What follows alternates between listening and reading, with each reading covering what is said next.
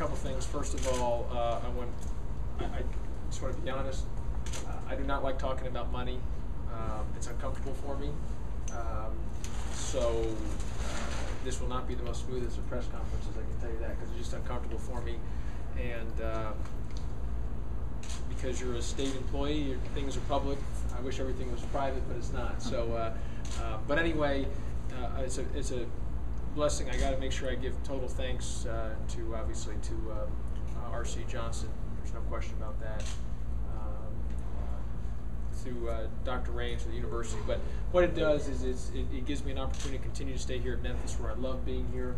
I love the program.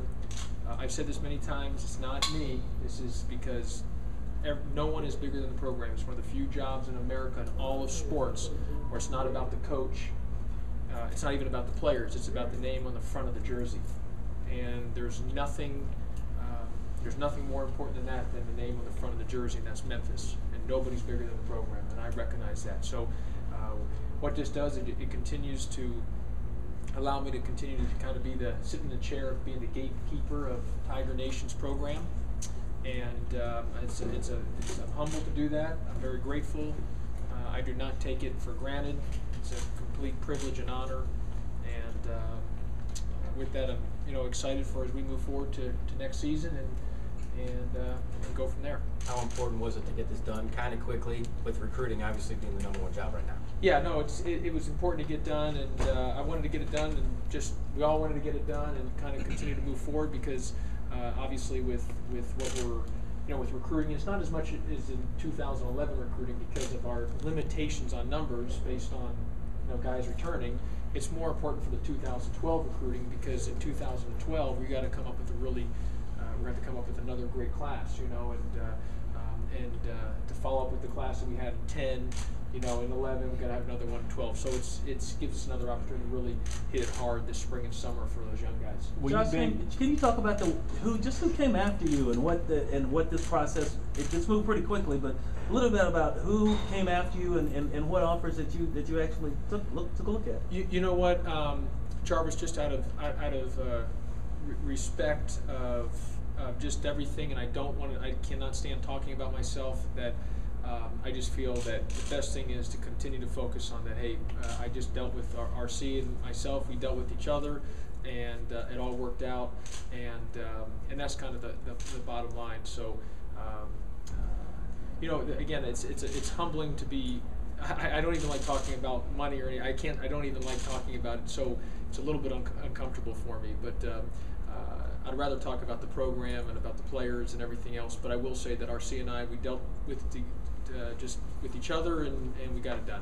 Is this something that he initiated, or did you initiate? We just both, because we have a really good relationship, and I believe in communication, and we both finished. That is he, and I'm not in the gray area, neither is he, and we just wanted to talk, and we talked and worked things out. Back to recruiting for just a minute.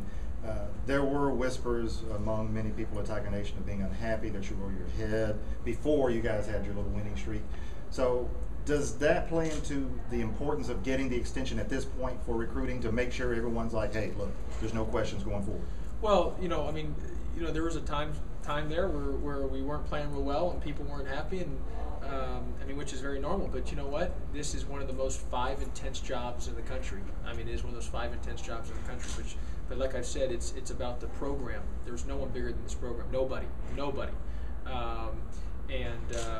So what the main thing is I love it here, and I also understand it's a privilege and an honor to be in the position that I'm in. A total privilege and an honor. And I've said it many times.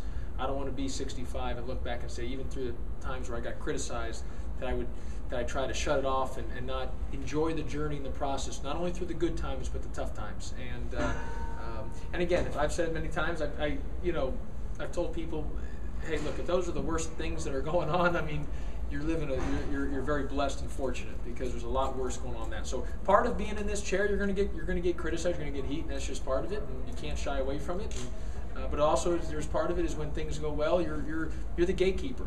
So I know I'm going on a rambling here on a tangent, but Leroy, I just think it's more of there's not any times of unhappiness. It's just even when the season got finished, my next focus was, what do we do to get better for next season. I mean, that's been my whole focus, is about next season, so we can make a good run. Does anything change for the assistant staff as well? Well, let's talk about that with the assistants. Coach Wilson got the head job at Texas A&M Corpus Christi. I feel at a point right now that I almost feel like, in a way, of when I first got the job. And Lamar knows how I was by myself for a while there, even though it's different now because I have assistants. But as in terms of the number of calls, thankfully that I can field the calls, and I have still staff in place that can help me deal with it. But the number of calls has been overwhelming, and I'm trying to get back to everybody, every text, every email, and every phone call. So I'm getting there in that. I have a couple guys that I'm continuing to sort through and talking to. I don't have any. It's too early for names. I think I talked to Jason about this yesterday, but it's a little too early for names right now.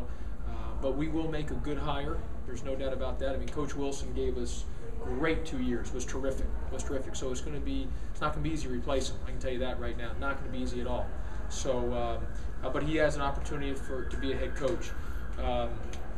Everybody else, again, from our staff, I don't want to ever stop anyone from opportunities. I think we have one of the best staffs in the country, and when you have one of the best staffs and you hire good people, they're going to have opportunities. They're going to have opportunities at head jobs. Other high-level programs are going to try to get our guys, whether it's from the college and or the NBA, because we've had that. I'm just telling you, we've had that. So, again, that's part of hiring good people. If you're not hiring good people like we have, then people aren't going to want them. But the reason that, like I said, when I took my time in the hiring process, and it took me a long time to get through it, because I want to hire the best, and I'm going to do the same thing in this situation. I'm not going to rush anything. I want to make sure I'm making the right decision, because it carries a lot of weight within the program. Because the number one most important thing is the student athletes, and the number two is your staff. Is there a chance that some former Tigers could be in the mix?